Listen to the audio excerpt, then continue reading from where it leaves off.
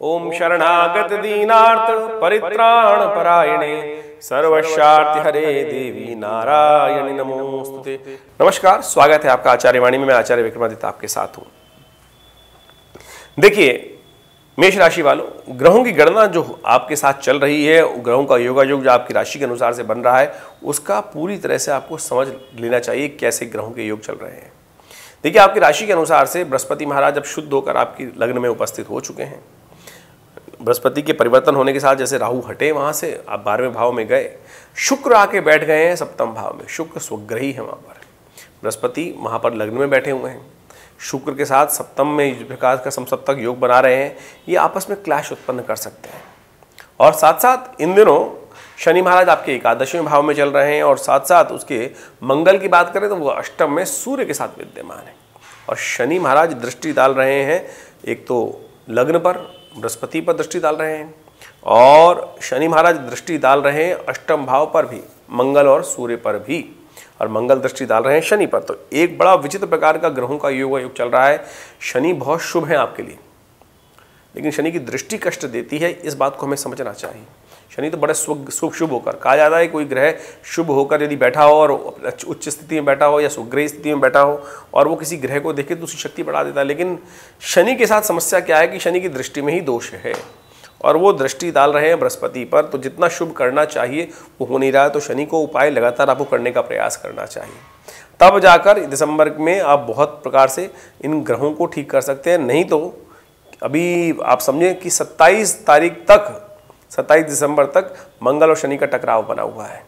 25 दिसंबर तक बृहस्पति और शुक्र का यह टकराव बना हुआ है। तो ऐसे में स्पीड अच्छी रहेगी, काम के अच्छी योग बनते दिखाई दे रहे हैं। बस थोड़ी सावधानी रखें, उपाय कर लें सही तरह से, तो आप बहुत बढ़िया इस काल समय में लाभ ले सकते हैं। तो सिलसिलेवार तरीके से समझ लीजिए इन ग्रहों का प्रभाव आपके ऊपर क्या पड़ने वाला है।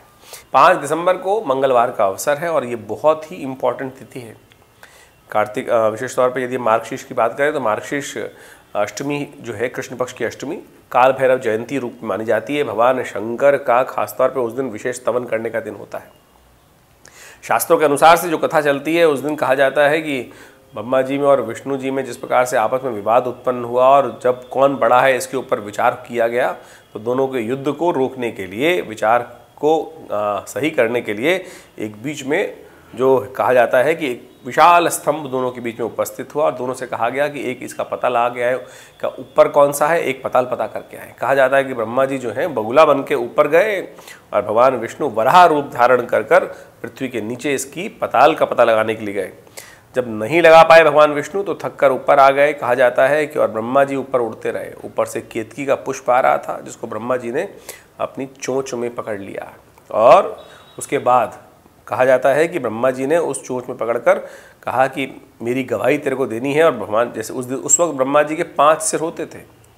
शास्त्र में कथा के अनुसार जब नीचे पहुँचे जहाँ विष्णु जी विराजमान थे, तो कहा गया, आकाशवाणी हुई, पता लगा आए।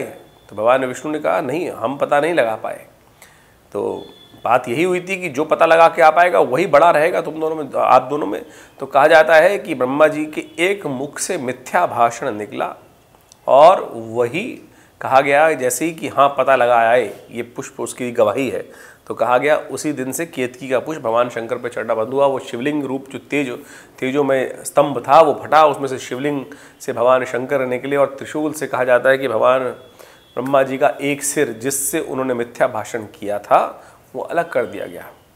ये कथा काल भैरव की है, और इसके बाद से ही उस दिन से कहा जाता है कि भगवान विष्णु शंकर की इस शिवलिंग के रूप में प्रतीकात्मक तौर पर ईश्वर एक है, इस रूप में शिवलिंग की पूजन आरंभ हुआ। हमने भी इस दिन बड़ा विशेष यज्ञ आश्रम पे रखा है, और आप सब लोग भी इस यज्ञ में सम्मिलित होकर सुंदर तरीके से परमात्मा का भजन करने का सुंदर अवसर रहेगा। आप इसको उठाने का प्रयास कीजिए लाभ।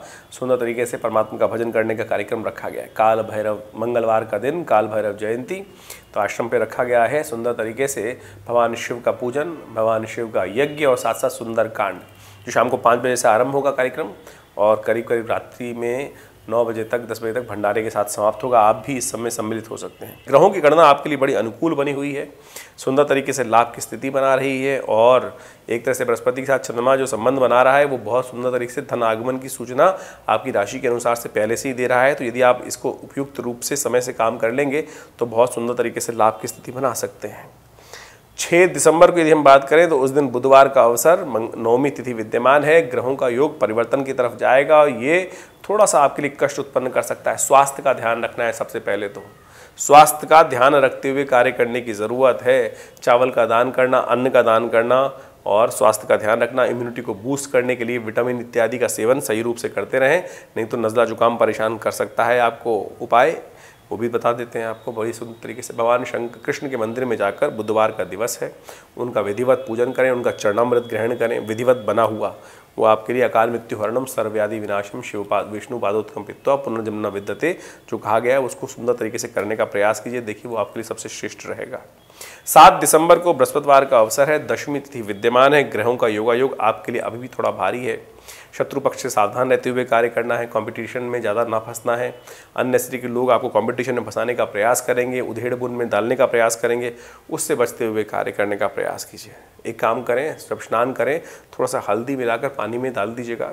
हल्दी की 1 चुटकी पानी में डालकर उससे स्नान करना आपकी बृहस्पति को ताकत देगा और यही बृहस्पति आपके ऊरा को ठीक करेगा और लाभ की स्थिति बनाएगा। देखिए सुंदर उपाय अवश्य करने का प्रयास कीजिए। 8 दिसंबर को ग्रहों का योग दिखा रहा है। शुक्रवार का अवसर, एकादशी तिथि, उत्पन्ना एकादशी का योग बना हुआ है। समय परिवर्तन की तरफ जाने की तैयारी में है। सर्वार सिद्ध योग विद्यमान है जो सुबह 11:15 बजे से शुरू होगा। तो उसके बाद नए कार्य आरंभ करने का सुंदर योग बन जाएगा।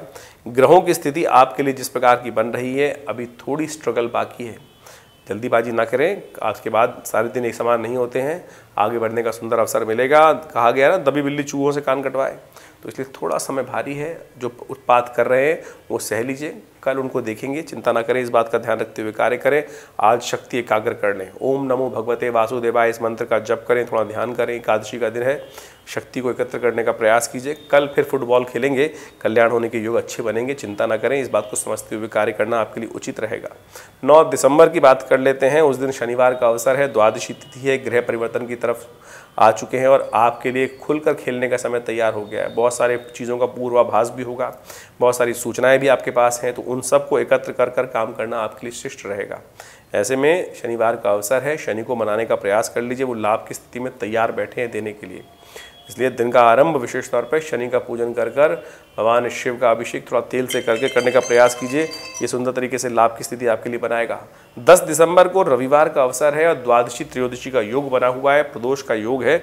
ऐसे में बहुत सुंदर तरीके से आपके ग्रह अनुकूल बने हुए हैं और आगे बढ़ने का सुंदर तरीके से आपको प्रयास करना चाहिए।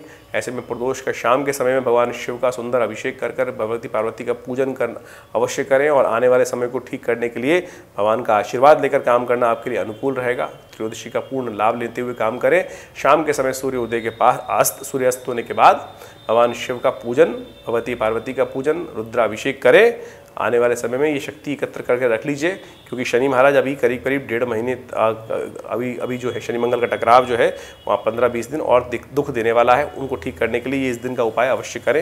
ये समस्त उपाय जो हमने आपको बताए हैं ये सब बड़े ईजी हैं, आसानी से आप कर सकते हैं। और यदि कोई दिक्कत पड़े, जैसे रुद्राभिषेक वगैरह कोई उपाय बताए जा रहे हैं, तो आप आश्रम पर भी इन सब सुविधाओं का लाभ ले सकते हैं। दिल्ली में विवेकानंद योगाश्रम लक्ष्मी नगर में स्थित है और वहाँ पर नित्य प्रति करीब 8 घंटे यज्ञ होते हैं और आप भी उन सब यज्ञों में सम्मिलित होकर सुंदर तरीके से परमात्मा का आराधन कर सकते हैं और माँ भगवती का दर्शन कर सकते हैं। समय समय पर हमारे यहाँ विशेष कार्यक्रम रहते हैं, आप सब लोग उन सब में सम्मिलित हों, ईश्वर का आशीर्वाद लें, भगवान की आराधना करें।